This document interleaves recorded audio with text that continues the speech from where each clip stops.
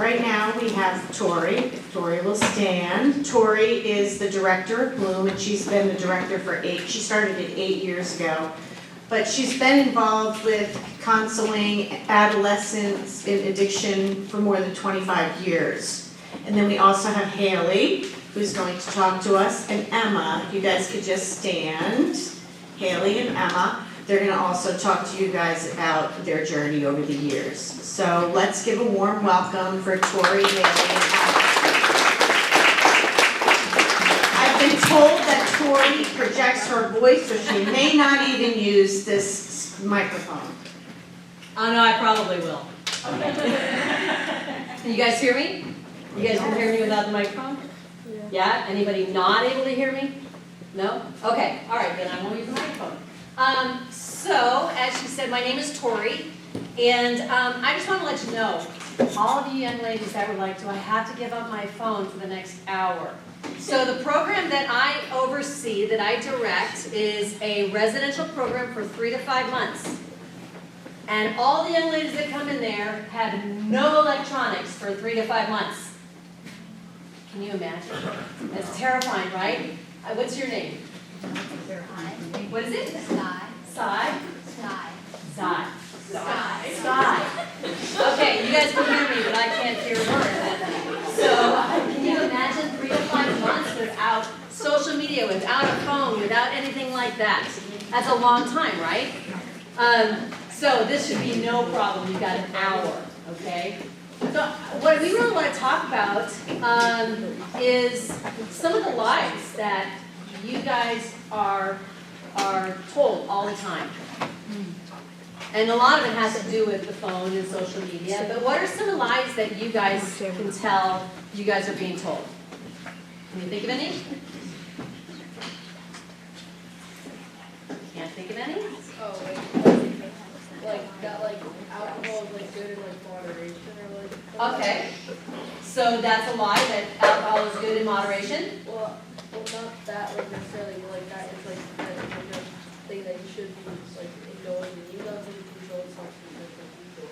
Okay, and you probably hear that, like, you probably have friends your ages that are drinking and don't think anything about it, right? Okay, so that's a good one. What about drugs? Is marijuana legal in New Jersey? Yes. Okay, so here's a lie that you guys are told all the time. Here's a lie that a lot of people believe, even adults, okay, is that weed is really not that big a deal. And if we make it legal, then fewer people will do it.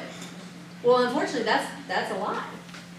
Do you guys know that, now I'm old, so you guys are not going to have to listen to me for very long. I'm going to hand it over to people that are much younger, much closer to your age, okay?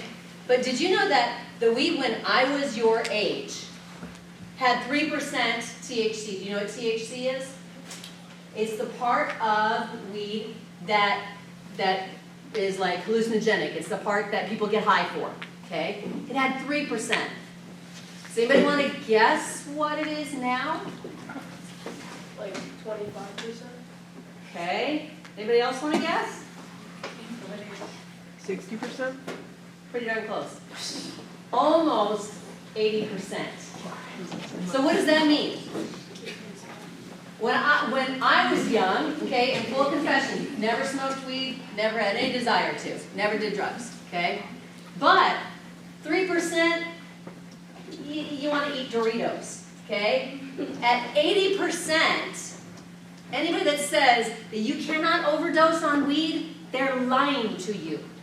When it's 60%, you absolutely can have so much THC in your body that your mind starts playing tricks on you, and you can do really foolish things like jump off a building, which when I was talking to a mom, her son had done that, and he was paralyzed.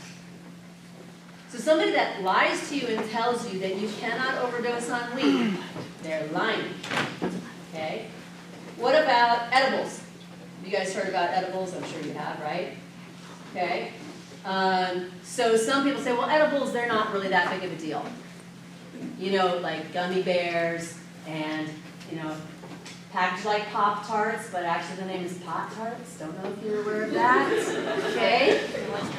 Look, there are people that it's big business, and they're trying to deceive you into thinking it's no big deal, not everybody's doing, or everybody's doing it, so it's not a big deal. Does anybody want to guess how many young people, you guys are mostly what age? 17, 14, we got everything kind of in between. Seventh grade. How old are you? Both of you. Okay. So how many of your classmates do you think it's more than half are smoking weed? How many do you think? Like 0.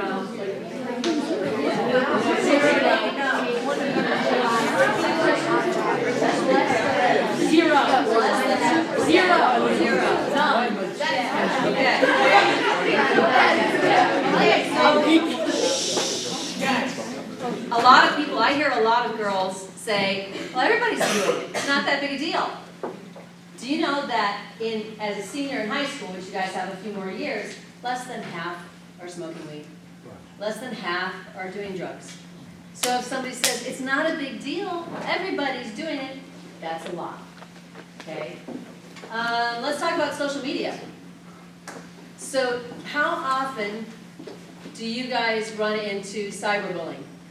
You ever been bullied on social media? Friends have never made fun of you? Nobody in here has ever been made fun of on social media? Let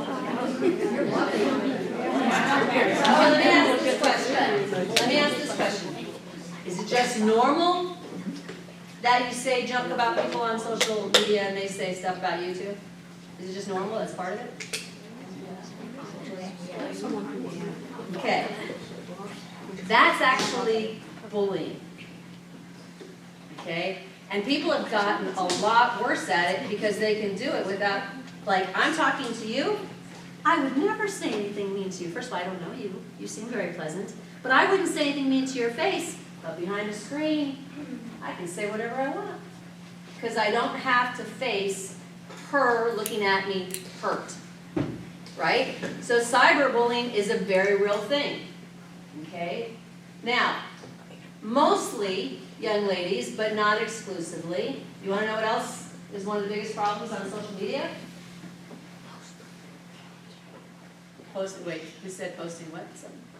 Somebody said something over here. I have really good hearing. All right, who was it? What'd you say? So a lot of times, especially for young women, is what we call exploitation. Okay? Now, when we talk about sexual exploitation, a lot of times we think the movie Taken or something like that, where somebody is stolen from their family and they can be trafficked. So you guys know all about that, right? But the fact is that's happening digitally, which means that young women especially are being approached online by their peers to post inappropriate pictures, to sell inappropriate pictures. Okay? I know it seems like a crazy thing, but can I tell you something? Almost 50% of the teenage girls, by the time they hit their senior in high school, will have done it. Almost 50%. Okay? Where you're posting inappropriate pictures. But it's not just young women that are getting caught up in that. There was a young man, did we find out the date that happened? There was a young man in Connecticut. He was a star athlete. He was a senior in high school. He was convinced to send an inappropriate picture of himself to somebody. It got out at his school. He was bullied about it. And eventually he took his life. That's a very common story. So lies that you guys hear all the time is that it's no big deal, you know, just send me a picture. I won't share it with anybody else. Anybody have Snapchat here? Okay. All right. Do you know why Snapchat was created? Do you know why it was invented? What was it? Snapchat was invented to send naked pictures of yourself to somebody else. That is the whole reason why that app was created. That's why when you send something, it disappears right away. But here's the thing is it doesn't. Because somebody can screenshot that and have that picture forever. And as somebody who employs people, if somebody applies for a job with me, I go back and I have ways to get into their Snapchat, their Instagram, their Facebook, whatever platform they're on, I can get into it and I can see their history. Because am I going to hire somebody who's been sending things they shouldn't send to other people? Nope. Did you know that college admissions are doing that now as well? If you apply to a college and that admissions department can look through all your social media to find out who they're going to be accepting at their school. Okay? So you guys have been told lies that the decisions you make right now really aren't going to affect you. They can. They absolutely can. And so a lot of the things that I try to teach young people is how to make good decisions. Okay? Because the decisions you make now, believe it or not, they will impact you 5 years from now, 10 years from now, down the road. Okay? So it's really important. What other lies do you think you might be getting told right now? Yeah? Like, not directly told, but like on social media, people like make their lives seem like better than they actually are. Oh, that is so true, right? That their lives look perfect, and so you're trying to measure up to everybody else. That is absolutely true. Okay, and people are trying to live up to an unreasonable expectation. That's one of the reasons why one of the biggest problems that we're seeing with young women is body shaming and feeling like, I'm going to let you in on a secret. The Instagram influencers you're seeing, they are all photoshopped. That is not reality. Okay, that is not real. But yet, people are putting things out there. This is what you should aspire to be. This is what you should aspire to be like. Okay? But it's not real. Reality TV is not real. Y'all did know that, right? I didn't just ruin that for you. I had to tell my 30-year-old son that the WWE is not real wrestling. But you guys know, that's not real life. Okay? If I could tell you, before I have these young ladies come up and talk to you and share their stories, if I could tell you one thing, it would be embrace who you are, allow the Lord to strengthen who He created you to be. Don't compare yourself with the person next to you. God created you uniquely to do what He's asked you to do. And it's different than what He's asked you to do, or what He's asked you to do. So allowing God, you guys are in a great church that's teaching you awesome truth, right? So figure out who are you and become the best possible you can become. And allow God to use you as that person, not as the person next to you. Don't let the world tell you that you're supposed to be something other than who you are. Because God created you perfectly. Okay? And so don't let the world lie to you and try to convince you of something else. That's a huge problem. I struggled with it when I was your age. I didn't know what the heck, what am I supposed to do with my life? At your age, you're probably not supposed to know yet, okay? Apart from allowing yourself to be available to however God wants to use you. Okay? But I didn't know what I wanted to do. I didn't know how I would spend my life. I didn't know any of those things. And I struggled with a lot of things because of that. But if you can get grounded in who you are, I'm telling you, it can really help you avoid a lot of pitfalls that can claim a lot of teenagers. So I have invited 2 young women to come and share. As I said, I know I'm old. So, so I invited 2 young women to come and share their stories. Okay, and when they're done, we're going to talk a little bit about some of the things that they experienced. But then I also want to encourage you guys to ask questions. Because if you have not encountered some of these things yet, you will.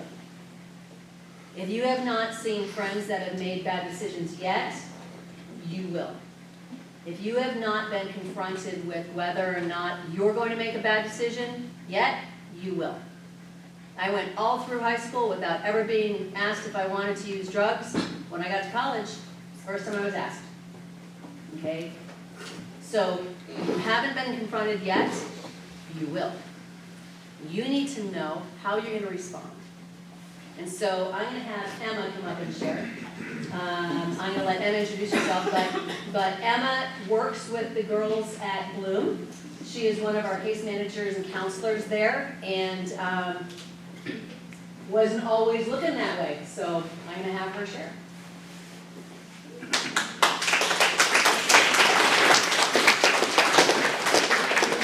I'm gonna use the microphone. I'm trying to get over a cold, so. But yeah, so like Troy was saying, my name is Emma, and I want to be sharing a bit with you, about my story and some of the things that I struggled with when I was your age and what path it led me down. So I always grew up knowing who God was. Like I was always told to attend church and went to Sunday school and all that kind of stuff. I always had a knowledge of who God was, but I didn't really actually have a relationship with Him. I knew the right things to say and the right things to do, but I wasn't actually putting in the effort to try and have that relationship with Him. I just thought that was my parents' thing, but they want me to do it, so I'll do it. And as I grew older, that's when I kind of started believing more in what the world said about me than what God said about me. I am a very introverted person, and so school was always a big challenge for me, especially when I hit middle school. I had transferred to a new middle school when I was in 5th grade, and I was transferring with one of my best friends, and I was like, oh, this is great, she's going to be there, I'll have someone to talk to. But when I transferred and she was there, she immediately stopped talking to me. I had no clue why, then I just felt completely alone. And I was in this new school, and I didn't really know how to make friends, and so it was just not a good experience for me. In that school as well, because I was more of a petite type of person, and again, because I was more introverted, a lot of the girls there took advantage of that. And they started making fun of me for the way that I looked, telling me I needed to eat more in order to look normal. And it's also when I started developing acne, and I would see my friends who would have clear skin, or again on social media, all these different celebrities who had perfect skin and a perfect body, and I felt like I wasn't enough. I didn't understand why I didn't look the way that they did, and I wanted that, and it didn't help as well that other people were telling me that wasn't normal either. And while I was there as well, I struggled a lot with comparison, not just with, the other girls and the way I looked, but also to my siblings as well. My brother went to the same school as me, and he's older than me, and he was always really good at school. Like, everything just came super easy to him. He wouldn't have to read a single math book, and he'd get, like, an A+, where, I would study really hard, and I could barely get a C. And even though my parents never put the pressure on me of, comparing me to him and his scores, I did that to myself. I felt like I wasn't living up to my parents' expectations, but the expectations were actually the ones that I put on myself. And I felt like I was a failure because I wasn't getting the grades that he was. And then I transferred to a private school in 7th grade, so still in middle school, but the problems didn't really change much. Even though it was a private school and it was a faith-based school, there's still things that I struggled there as well. I was caught up in drama between students, and because the students in each grade was smaller, it was a lot easier for cliques to form and drama and all that kind of stuff, and I really felt out of place. And I didn't understand too why I was feeling this way, because I didn't really see anyone else in that school struggling the way I was, and so I thought that there was something wrong with me. And I continued, to believe these lies of that I was never going to live up to my best potential. I was a really big people pleaser, and I just wanted to fit in somewhere, because I felt like I didn't really know who I was and who my identity was, and so I tried to fit the mold that people were looking for. So I would act one way with one person and act completely different with the other, and part of me didn't really know who I actually was. And it was, as I was leading into high school, is kind of where it all went a lot more downhill. Again, I was believing these lies that I was never going to be perfect enough, and I was a huge perfectionist, and I would stress myself out because of the fact that I wasn't getting what I thought I needed to get in order to prove myself to people, in order to prove that I was a good person and that I was good enough. And so, again, school was really tough, and going into high school, it wasn't any easier. Some of the friends that I did have in middle school ended up leaving, and so, again, I felt like I was in this really lonely place. And, my parents were always like, well, you just need to try and be out there more, you need to pray to God more, and He'll help you find the friends that you need. But it didn't feel like any of that really helped.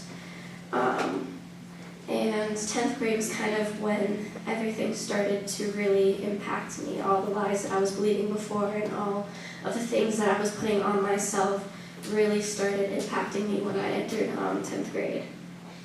I got really sick. I was having a lot of stomach problems. I was in constant pain. I was throwing up all the time. I could barely eat, and the doctors had no idea what was going on with me. I had gone to countless doctors to get x-rays and ultrasounds and all that kind of stuff, and they couldn't figure out why I was in that pain. I was missing a lot of school, and that was causing more stress on me as well. And it took the doctors about 6 months to figure out that I had stomach ulcers due to intense anxiety. And so that's kind of where that was recognized, the anxiety was recognized. But after, the physical pain was resolved pretty quickly, but my emotional pain was still there. And at that point, I had felt, really hopeless. I felt like God had completely abandoned me. Even though I didn't really have a relationship with Him, I still felt like because I had grown up in the church and stuff that He should be there with me, and I didn't feel that, and so I felt like He had abandoned me, and I felt really hopeless, and I really hated who I was, and was because of all the things that I felt pressure of.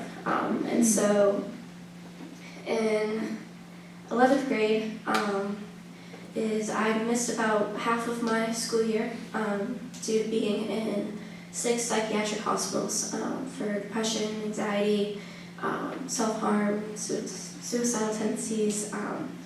I was really in a dark place. At this point, I was just really hopeless. I was mad at my situation. I was confused. I just was lost. And these programs honestly did more harm than good. It was a super dark environment. There's a lot of yelling, a lot of fights going on. It was just not a good place to be. And, my parents at the time, they didn't really know what to do. They knew that I was hurting, and they knew that I needed to be somewhere where I could be observed, but they didn't really know what to do, and so the hospital was what they thought would be best for me. But even, in the hospital, I felt more unsafe than I did at home. The first time I was there, I was taken advantage of by another patient, and staff members didn't notice, and because I was so used to believing what other people told me, he had manipulated me into thinking that no one would ever believe me, and so because I already didn't really like myself, I believed what he said. And this was when I started making, unhealthy decisions in my life. I was struggling a lot with self-harm. I was hanging out with unhealthy friends. I was vaping constantly, because, I thought that helped ease my anxiety, and maybe it did in the moment, but it actually made it a whole lot worse. And I would always compare myself again, to other people. Well, I'm just vaping. It's not like I'm doing heroin, so it's okay. But then eventually that led me to try and weed out, and then I'm like, well, it's just a little weed, so again, it's not as bad as other people are doing, so it shouldn't be that big of a deal. But I didn't really understand the consequences of those actions. So getting to 12th grade, again, I was still really struggling. I, was basically dropped out of high school just because my parents couldn't make me go, and my mom was trying desperately to find, something to help me, because she knew that all the secular programs, that they weren't doing any good. And she had been on Facebook, and she went across a post of an old teacher friend that she had, who was supporting and kind of posting about Bloom. And so, my mom kind of inquired about that a bit, and so on September 28th, 2018, is when I walked through the doors of Bloom. I was 17 years old.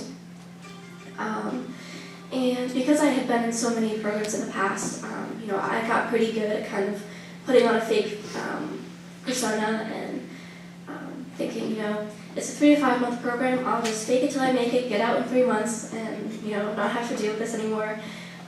But I quickly noticed that this was a completely different environment than I was used to. I was super mad at my parents at the time. I was like, why would you send me away for 3 to 5 months? Like, that's crazy. Why would you ever do that to me? That's so mean. But honestly, it was probably the best decision my parents ever made for me. And walking into Bloom, it was, again, a completely different environment. In the other programs, I just felt alone and lost. But when I walked into Bloom, I felt comfort and just a welcoming presence that, I never had felt before. And it was weird because I wasn't used to it. And so, and I didn't understand it at the time, but, God was the reason why it felt different. And I was very stubborn in the beginning of my stay because, again, I thought, I didn't do that much, so, other girls have done worse than me, so I don't really need to be here. But that was shut down pretty quickly. And during my stay there, I was looking at some of the other girls in the program who had such joy in their life, and I would watch them worship, and they seemed to be so happy, and I was really jealous of that because I hadn't felt that way in a really, really long time. And I soon found out that the reason why they felt that way was because they had God in their life. And I realized, that God was the only one who would be able to fill that empty void that I was feeling.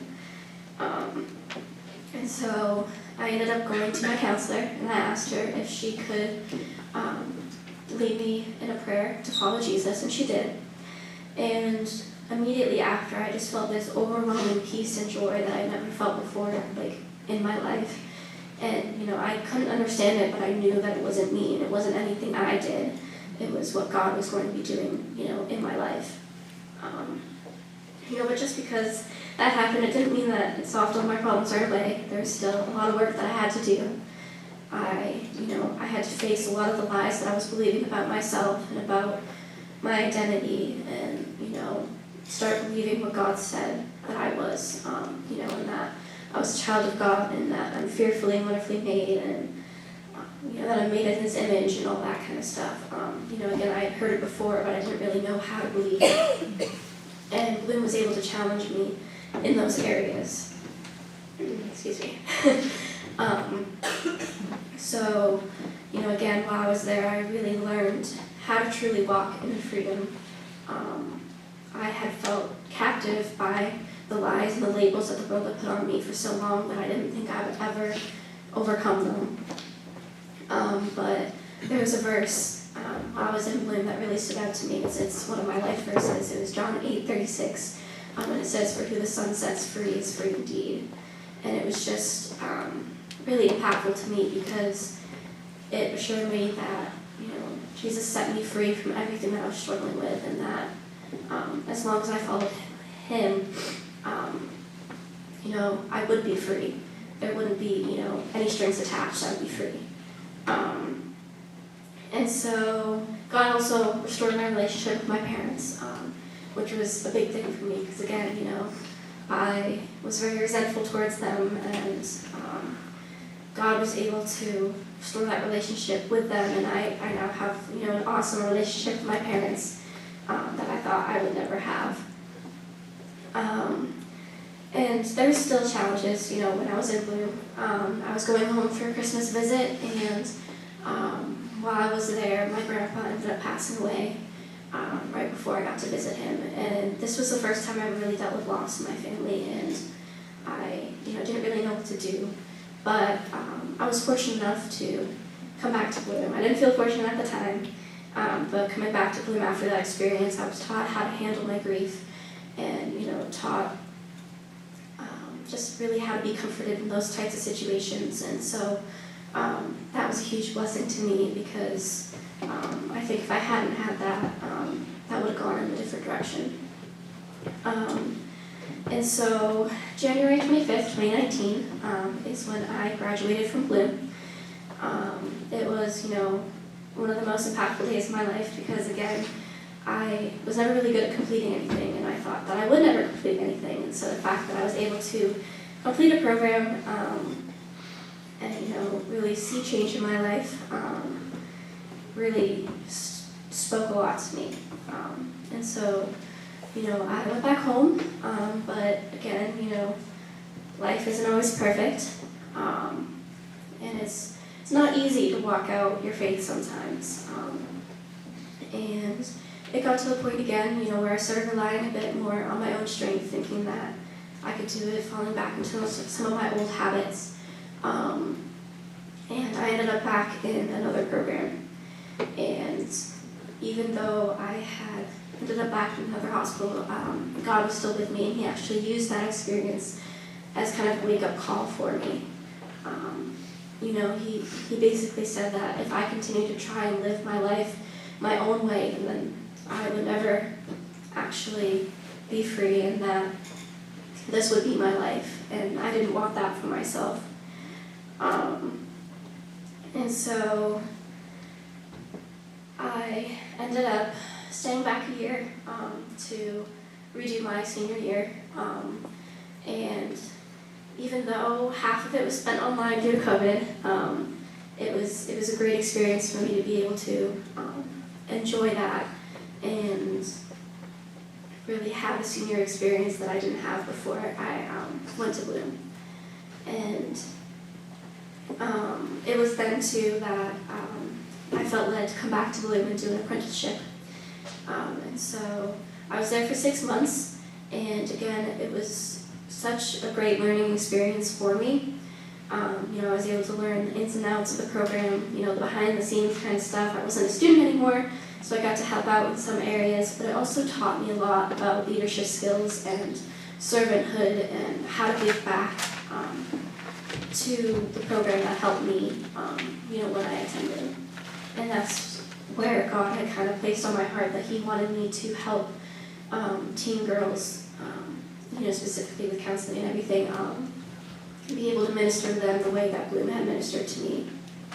And so flash forward to now, I am, like Troy was saying, the case manager and biblical mentor at Bloom. I was able to get my certification in mental health coaching, and I'm always continuing to work on more schooling in that area. God has really blessed me, with many opportunities and able to grow in that. But even though I'm doing really well in my life now, doesn't mean that I still don't face trials and temptations. That's something that's always going to be in your life, no matter how old you are. That they're going to be there. But it's what you do with them that really makes the difference. There's still times where those lies that I've believed before come creeping back, and I have to make the decision of whether or not I'm going to let those lies take over my life again, or if I'm going to walk in the freedom that God has promised me. And I'll never be perfect, no one ever will, but I want to strive to live the way that Jesus did. I'm so beyond thankful for all that He's done in my life, and that He's been able to use me as a vessel, to help other girls as well, and help families and everything like that. So I'm very grateful to the program and very thankful to just everyone who really supported me during that time. And I'm always looking forward to what God has in store for my future. So, thank you.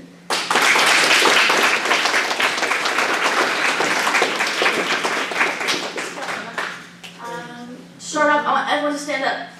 Stand up right where you are. Stretch, a big stretch. Sat there for like 15 minutes. I might be old, but that was a lot to sit in for me. Stretch down and feel free to sit back down.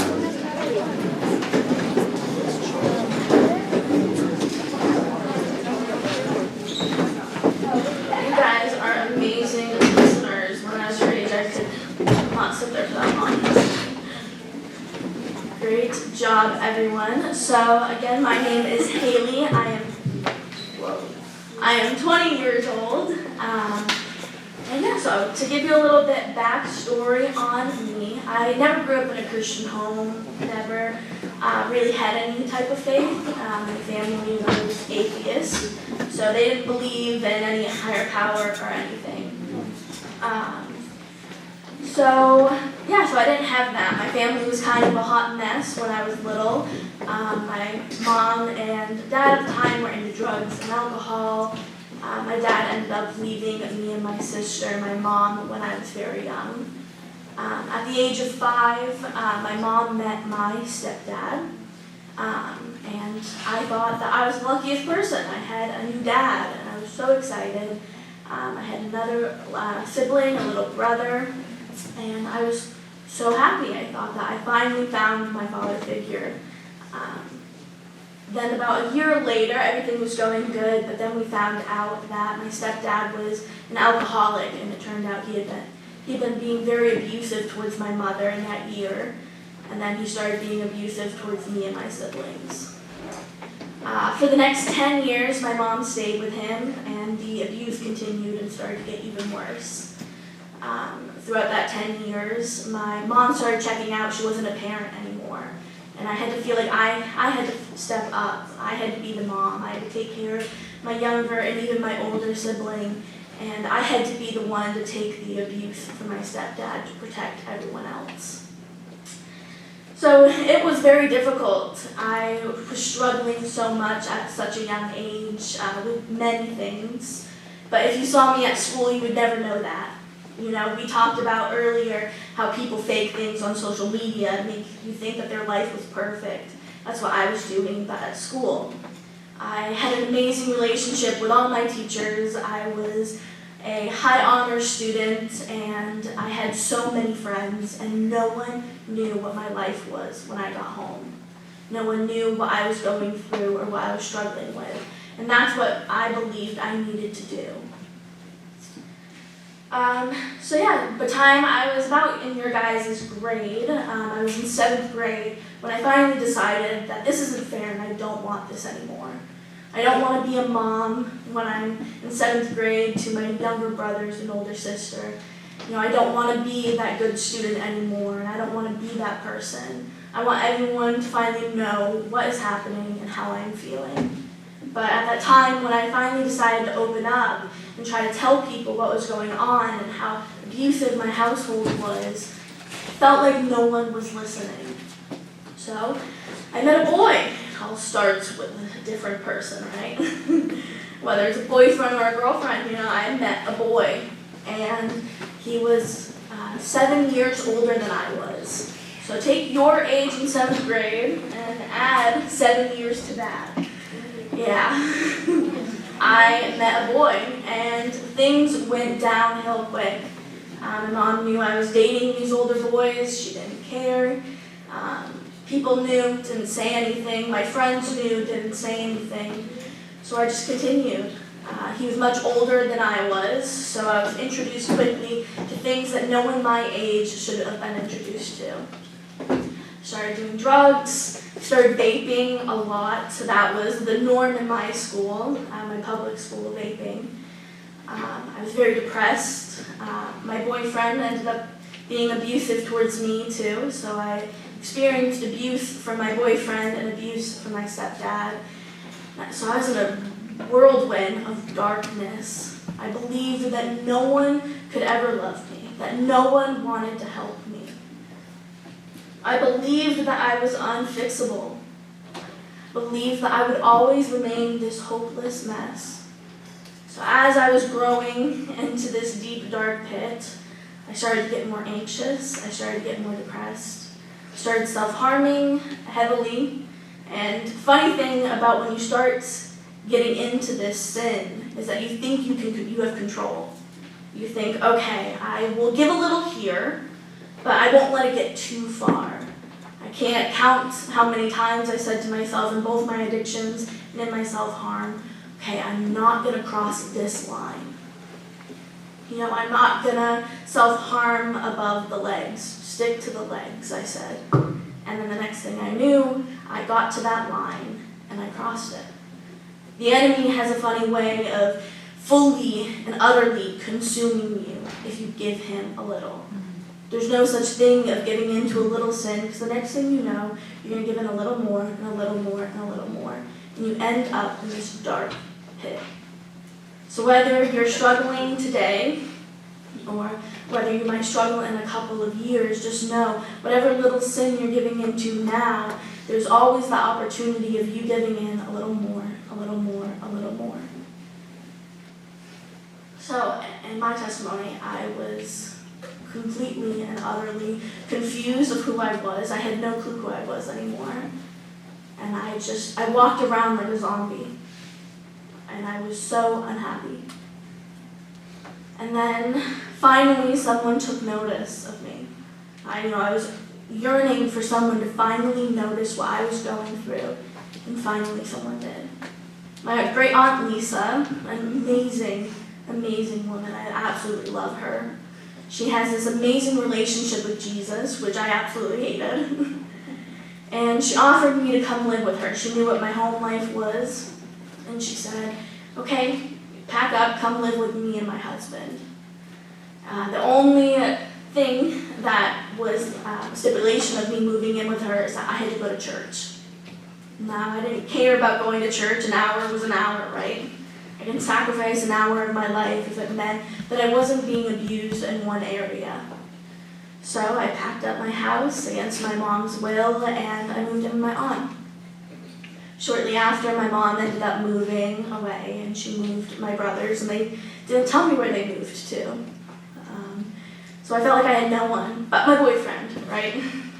I thought that I had him, I thought that he loved me a lot and I stuck with that. So I said, okay, I will just have him. It's fine if he hits me once in a while, right?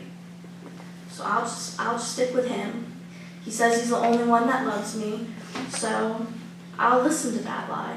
A couple of months down the road, my Aunt Lisa realized that she couldn't do enough to help me. I needed more than what she could provide. Shortly after that, January 14th, I went to Bloom. It was 2 weeks before my 16th birthday. Can you imagine that? Like, when you're a girl, your 16th birthday is so built up because you want this big party and you're so excited. And I was in Bloom. No phone. I was devastated about the no phone. My Aunt Lisa took it away the night before the drive down to Massachusetts. And I was so angry. I sat in the back seat, not the first row of back seats, towards the trunk, because I wanted to be as far away from her as I possibly could.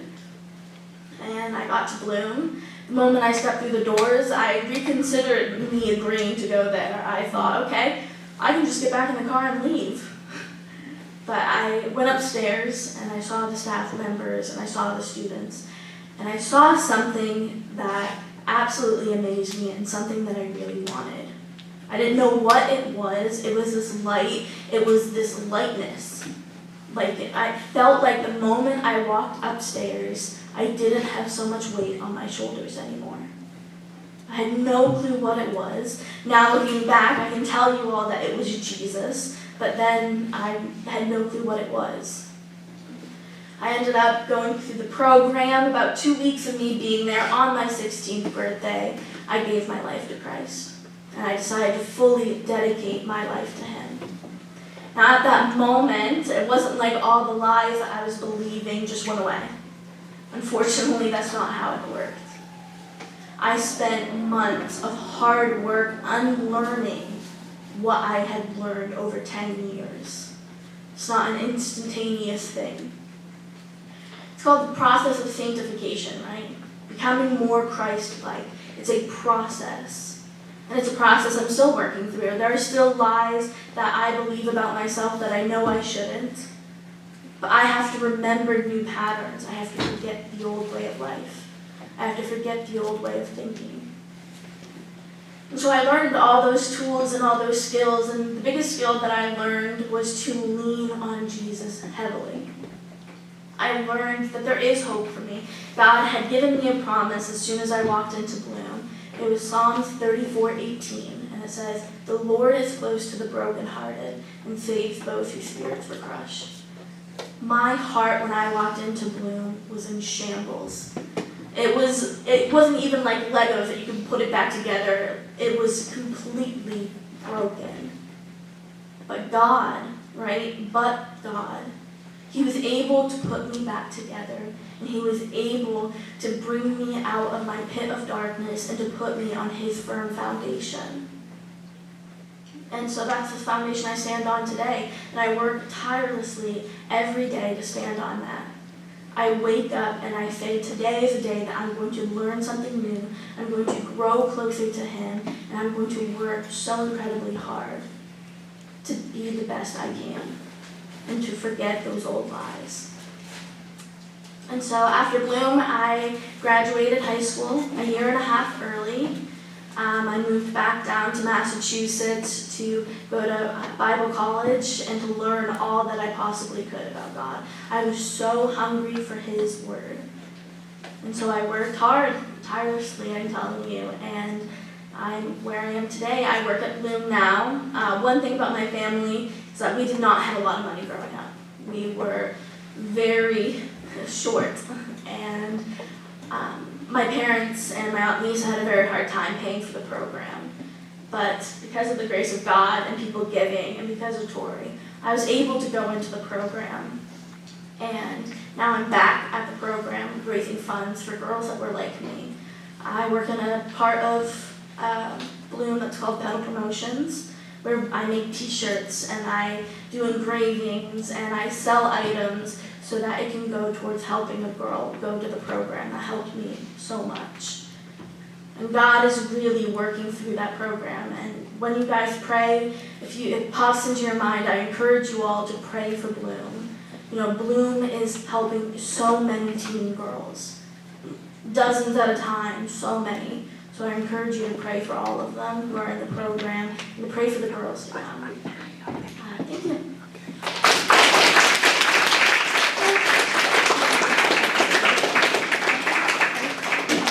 So you heard a lot about, look, the world is lying to all of us. None of us are immune. But when you start believing the truth about who you are, everything can change. And so, do you guys have any questions for Emma or Haley? I know we're up against time, so I want to be respectful of that. But we're good? Okay. But does anybody have any questions? Not for me, for them. What was maybe the hardest thing that they encountered, the hardest thing that they had to overcome?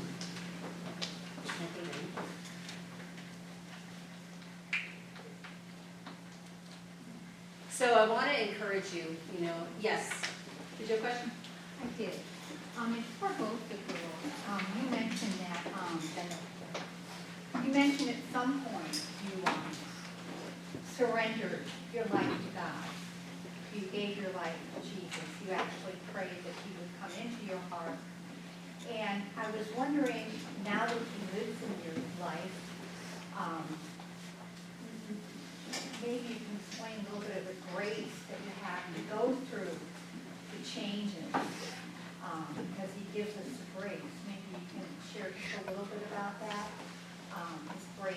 Mercy every single day with all your decisions?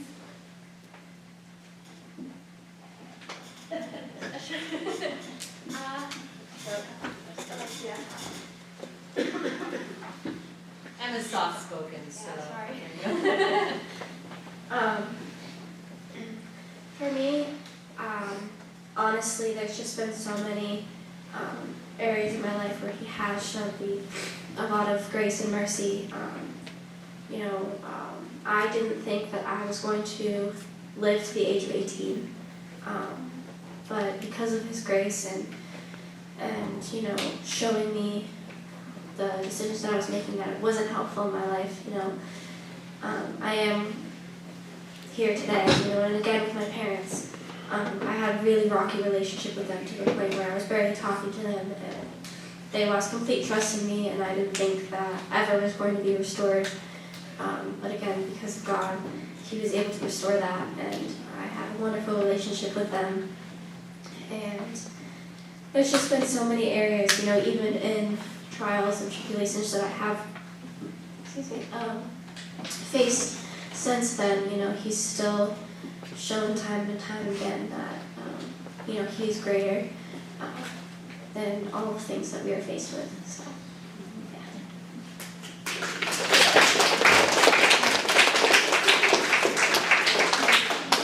I'm just going to speak to Emma's story too, that, I get the amazing opportunity to kind of see from an outsider perspective, right? And I've seen in both of these young women's lives, but, Emma, even after God had done so much in her life, there were people that came against her and said, oh, that's great, you want to help teenage girls, but I don't know if you're going to be able to do that. And there were naysayers that tried to talk her out of what she knew God's plan was for her life.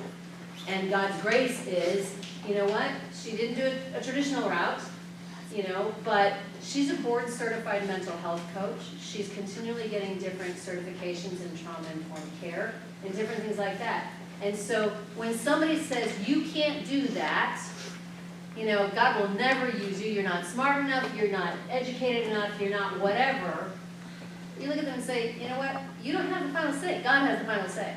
And so God's grace in her life allows her to now do what it is that she's doing when nobody thought that would ever happen. That's just God. That's how good God is, right? Ditto. No, Emma hit it right on the head. What age are the girls in your program? As young as 12, and they can come in up to the age of 18. Yes? Does Bloom have something for boys as well? Oh, I get that question a lot. Not yet, and I don't think they'd like it if we called it Bloom either. We gotta come up with a manly name for the boys program. Not yet. We are hoping in the next 5 years to have an adolescent program, shorter term, because there are other adolescent girls' homes, and there are some adolescent boys coming around the country. The nearest one, I believe, is in Arkansas, but they're 15 months or longer. So we're the short term.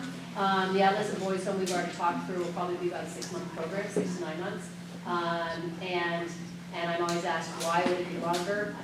Well, because young men, you need to be raised up to be godly men. And that's an awesome responsibility that God has put on you. So, it's important. It's a very important role. Yeah, I'm sure the girls' testimony has applied to all of us. Yeah. Boys Yes. and girls. Yes. Thank you. They grew up in New Jersey or in the States? I'm from Maine. Yeah, and I grew up in Massachusetts in college. Our program is on the South Shore of Massachusetts. So it's a lovely drive here. They actually drove all the way from Cape Cod yesterday to be with you to share their story and hoping that you learn from it and share that same story to others who are you, that you know. Any other questions? Come on, don't be shy.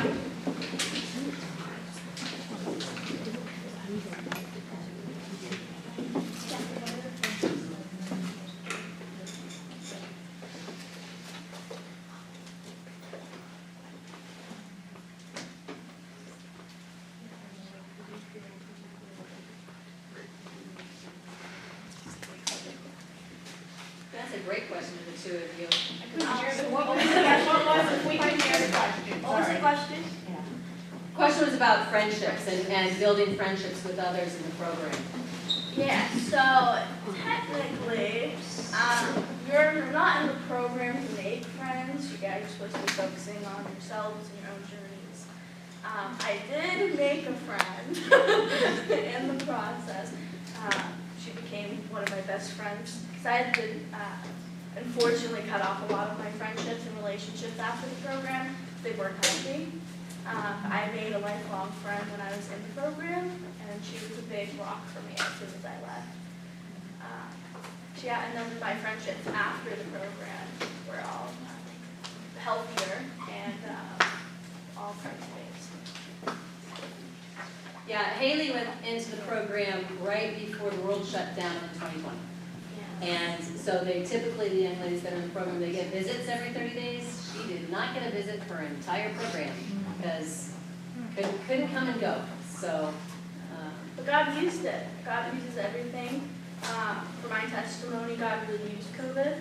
It was a good thing that I didn't go home for visits. God knew that's what I needed. So I probably would have come back, or I would have chose to do some very unsavory things on those visits. And God used it with my schooling. The whole reason I was able to graduate a year and a half early was because of COVID. God uses it. anything else we can answer? Okay, we do have information up here and some other stuff, so if you have questions or you just want to ask them directly, you are welcome to. I'm so thankful for the opportunity.